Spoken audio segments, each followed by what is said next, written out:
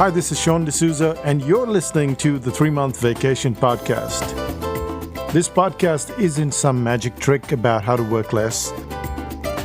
Instead, it's about how to really enjoy the work that you do and to enjoy your vacation time.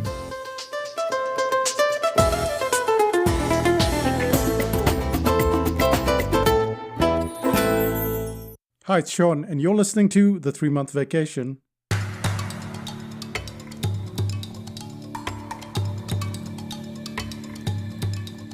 Red Bull has the highest market share of any energy drink in the world. It sells 6.3 billion cans in a year. However, it almost never got started. There were 2 partners in the Red Bull venture, and one of them was Dietrich Mateschitz.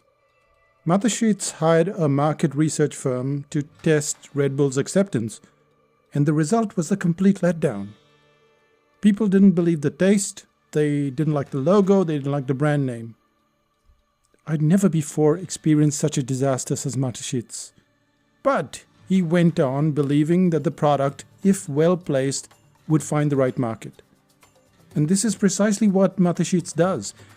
His insight was to target not just students, but trendy students in universities. Instead of selling the brand to them, he'd pay them to throw a party, and then he'd supply them with free cases of Red Bull. What Mateschitz was doing was 2 masterful acts all at once. He was seeking out the kind of clients he'd want and instantly demonstrating his application.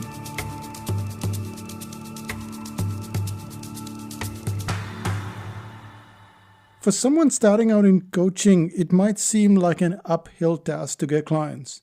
No one knows you, no one knows your brand, no one even cares. Sounds pretty much like Red Bull, doesn't it?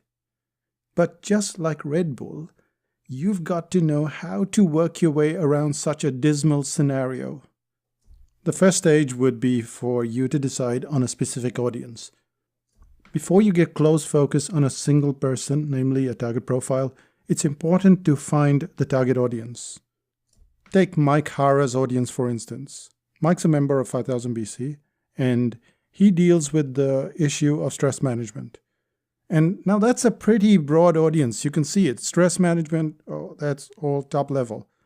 But that's fine. We are looking at audience here, not the profile, but the audience. And on any given day, you are likely to run into people who are wound up. Even so, it's not quite the audience you're looking for or Mike is looking for. Instead, Mike is focused on teachers.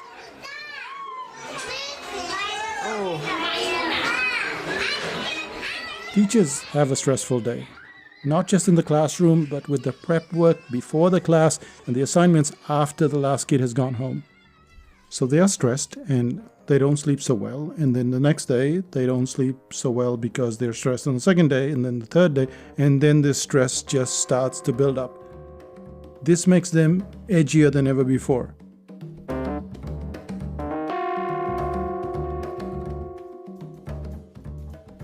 Mike now has the problem somewhat in his sights. But without the audience in mind, that message quickly goes off track. When Mike started the exercise of getting a message across, his line on his business card went something like this: start your mornings with abundant energy. Ditch the coffee and grab yourself a hot cup of habits.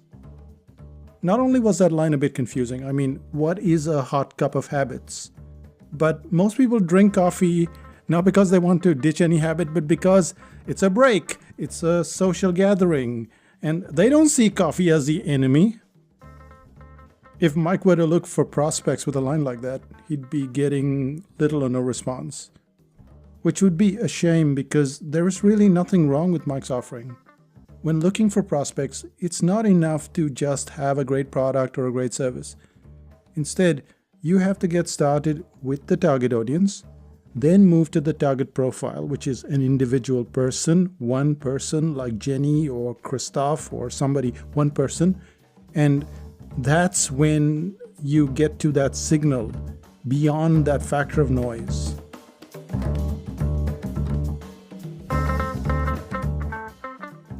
When I started out as a coach or a consultant, I thought I had a great line.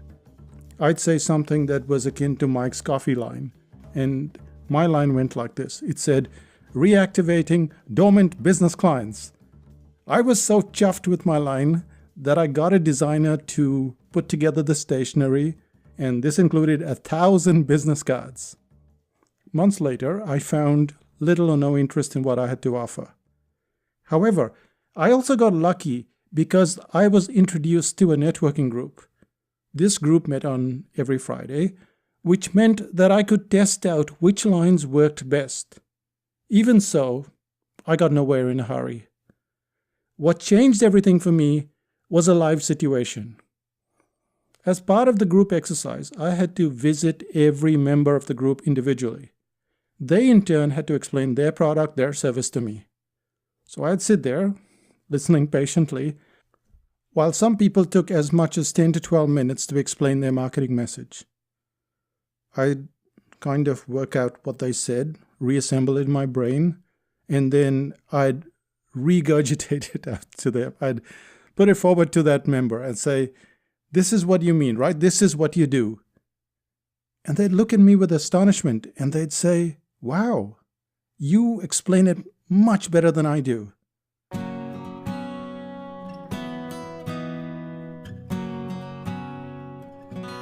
I'd feel all happy that I solved some problem, but I was not convinced that that was my calling. I was this marketing guy, remember? I was the guy who reactivated dormant business clients. Plus, I had all these sunk costs in the stationery. I had 1,000, well, maybe 995 business cards to give out. But as I went to these meetings, more and more people started saying, "Hey, you do that so much better than me. Why don't you just sort out the marketing message for people?" And that's how I was cured of my stubbornness. Eventually, I started talking to people about how hard it was to get the attention of a client in a few minutes, few seconds possibly. And almost immediately, those very people would stop what they were doing, and usually they were having breakfast. It was always breakfast, breakfast, breakfast. And they look up, they pay attention to what I was saying, because I'd hit a chord with them. I'd narrowed down my audience, just by mistake, but I'd done it. And then I managed to craft a message that appealed to that specific target audience.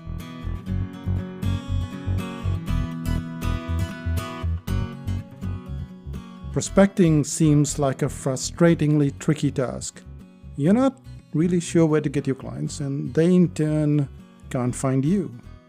However, the core of prospecting is to figure out where the gold lies in the first place. Your gold is to find the audience, and this is any audience. When I started out as a coach, I worked with a small business owner group, but I could have easily worked with dentists. Mike Hara is targeting teachers, but again, he could be prospecting with dentists as well. It doesn't matter who you start with, because the problem, whatever problem you're solving for the client, that's relatively generic. However, once we get past the first stage, it's the second hurdle that's harder.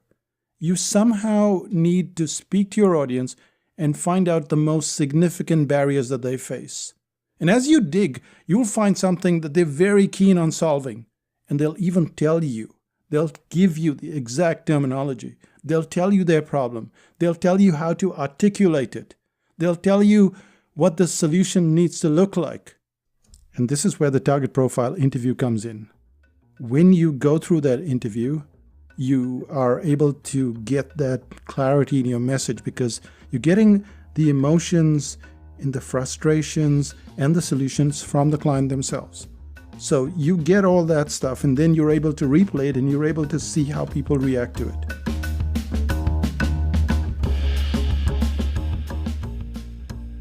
And as I said, it's time to test. Will they react? Will they get in touch? We have to find that out in the second part. And I got so involved with this podcast that I forgot to tell you that we are on part 3 of this coaching series. We started out with the first part, which was coaching in a nutshell. We defined a niche for you as a coach, and then how to narrow down that niche. In the first 2 episodes, that's the kind of stuff that we did. And we also then went on to the recurring problem, and the recurring problem shows up all the time. You have to handle that problem, and that's what gets you the profits. That's what gets you the attention. In this episode, we started out with how to find prospects.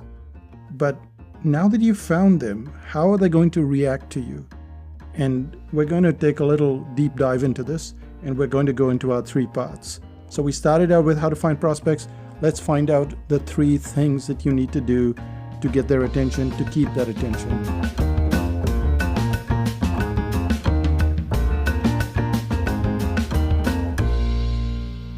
You've been there before, haven't you? A client has been excited about your proposition, but then you hear nothing from them. Why do prospects go dead on you? Let's look at 3 big reasons. First thing is they're hearing the idea for the first time. The second is you don't have a clear next step. And the third is they're not sure how to apply your idea to their world. Let's start out with the first thing, which is hearing the idea for the first time.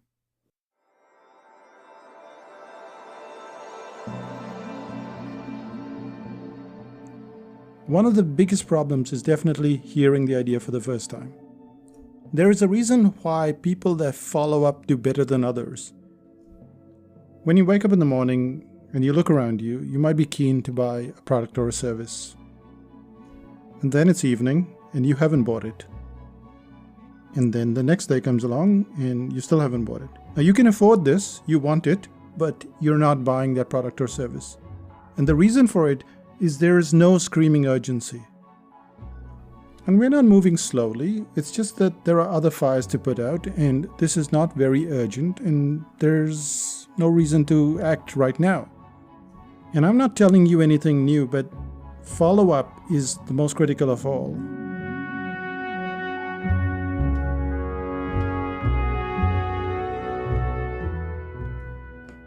As a cartoonist, I had to follow up with my clients, and what I'd do is I'd send them a monthly reminder.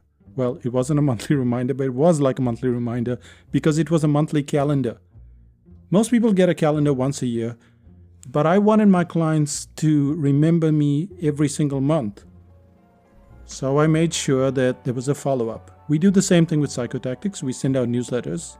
You're listening to this podcast. It's a form of follow-up. All of these things, they come at you at a regular pace, at a regular frequency. And the reason for this is that clients buy when they're ready, not when you're ready. So you might have stood up and you might have had this wonderful line, but the client doesn't feel that it's urgent right now. And they are going to need that when they're ready. And at that point in time, you're nowhere in sight.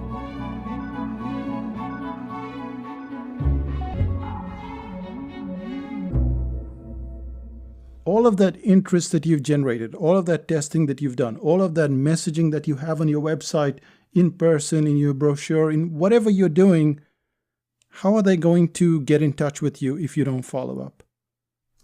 Therefore, follow-up becomes the most crucial thing of all. If you don't have a system in place to follow up, pretty much everything falls apart. You might get lucky, you might still get a bunch of clients, but a coach is not different from any product or any service or any course. Without the follow-up, pretty much nothing happens. So that's the first thing that you have to do. You have to have that system of follow-up. The second thing is the next step.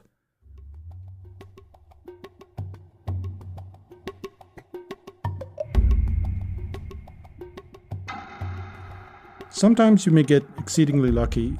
The client might be in your space, they might be at your website, they might have received an email, but they don't know what they're supposed to do next. And you think that we are very intelligent, and we are, but the problem is that we've got other things to think about. And if you don't put a next step there, you don't tell me what to do next, well, that's not going to happen. There's no prescribed answer for every situation.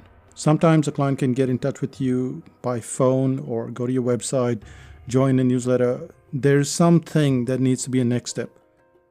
And the best thing of all is not to just give out your card or give out your information. The best thing is for you to get their information and then you can get in touch with them. If that potential client is stressed, not getting enough sleep, she may be motivated to get in touch with you, but other priorities might be greater. She might lose your card, she might lose your number, she might not remember your website. Hence, it's better to get them to give their card, their details, their information. So that one tiny little step of saying yes makes all the difference. So 3 things. First was follow-up. Second, next step. And the third is to get them to take some action. But you take that action through some sort of application.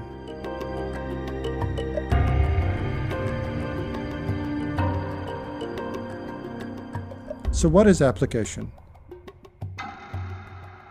Let's say you position yourself as an InDesign coach, and InDesign is a graphic program. If you say, I'm an InDesign coach, is that likely to get the client to call you? You know that that's not going to happen based on what we've already discussed. Clients aren't necessarily familiar with the term InDesign. They don't know that it's a layout program. Not everybody does. And if they do, they don't know what they're supposed to do with it, which is where applications come into play. Let's say you show a prospect how she can create a gorgeous book in InDesign. Now we have one type of application. Another set of prospects might open their eyes wide when they are able to see how to create stationery and brochures. It's still InDesign, but there are many applications, aren't there? If you take the example of the book, The Brain Audit, after it was written, you'd think, well, clients can figure this out. They know how to apply it to their own business. But we learned that they weren't always sure, which is why we came out with the follow-up book, which is the Brain Audit Applications. And it showed you how to apply this concept to marketing messages, to straplines, to websites. In short, if you look at it from a coaching point of view, if I were a trainer for the Brain Audit, there's no coaching system, but let's assume that I was a coach, I would need to give the prospects a glimpse into the possibilities, into the applications.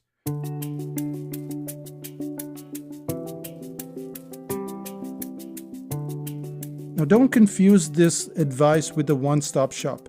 A one-stop shop is where you try to push everything under the nose of the client all at once.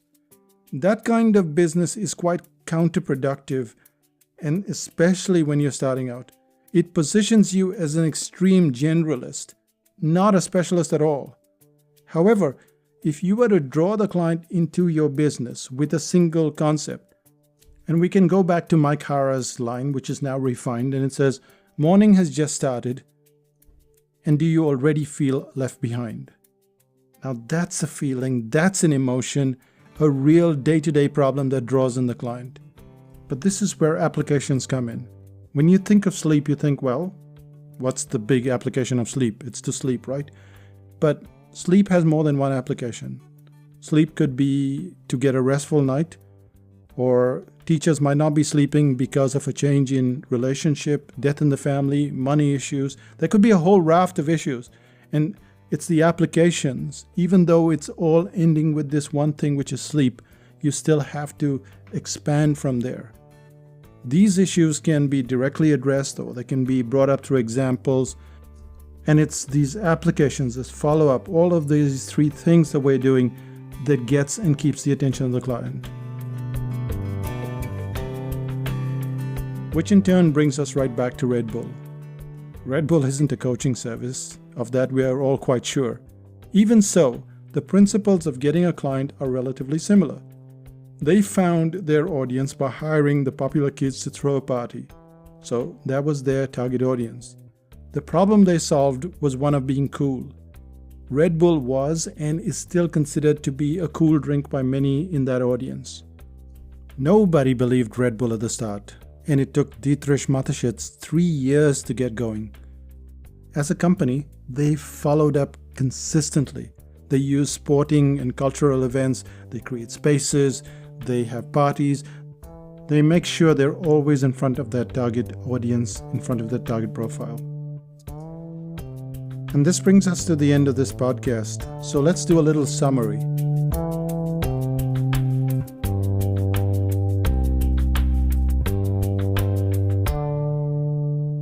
As coaches, we need to have that target audience. We need to find that target audience, and then we need to get the messaging from them.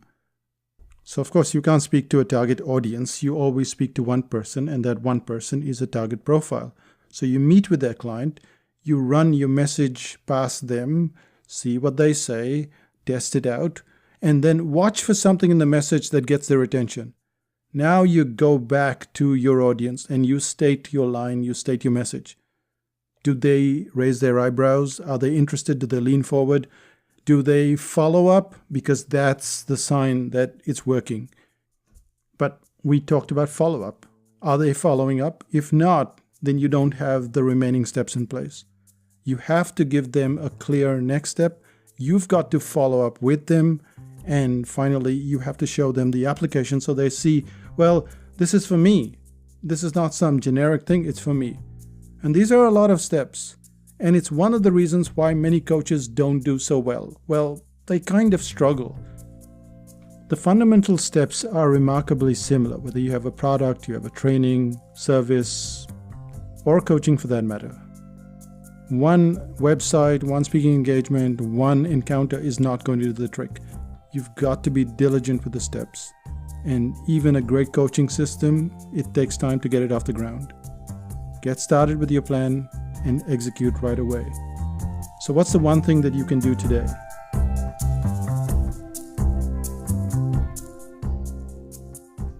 A lot of people have come to depend on online. So let's put up a website, let's go into some forum, and let's try and work out some kind of snazzy line.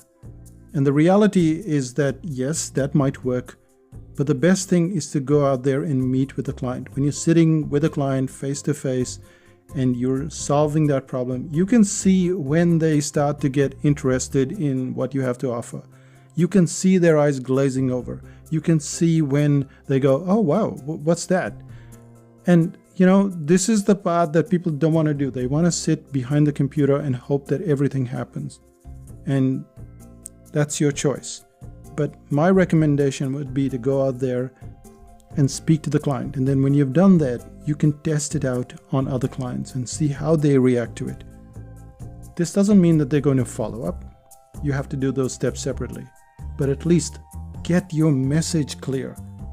There was nothing wrong with the coaching system that I had when I started out in marketing. But I wasn't getting any clients, and I had way too many cards remaining.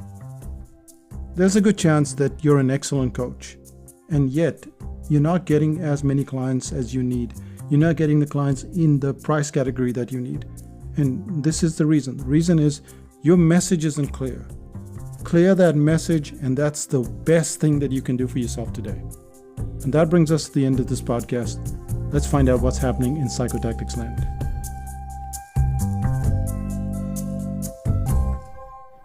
On the 25th of Jan, we have the Info Products coming up. That's the Info Products home study. And you'd have probably heard me talking about how a client has to finish their stuff, because when they finish what's on their plate and they enjoy it, then they come back for more. And really, that's what the Info Products course is all about. It's about how to create that information product that clients consume and come back for, because that's the most critical part of all. It saves you all that aggravation of having to learn how to do Google ads and spend money on Facebook ads. And that's a whole different ballgame that you have to enter just because clients aren't finishing your product. They aren't finishing that info product. So you learn how to construct that product, how to get clients to the end. And that's why it's such a good course to get into. Now, there are also info goodies. So you can go to psychotactics.com/info goodies. And that's really what we have for January. In the last episode, I also talked about the cartoons. If you just want to get cartoons, go to psychotactics.com/FRI, that's for Friday, FRI, and tune, which is TOON. So that's FRI, TOON. And if ever you're not sure what that extension is, psychotactics.com/whatever, there is a search little magnifying glass on the site. Click there and type in FryTune or Info Products or whatever, and it'll take you to the goodies. It'll take you where you need to go.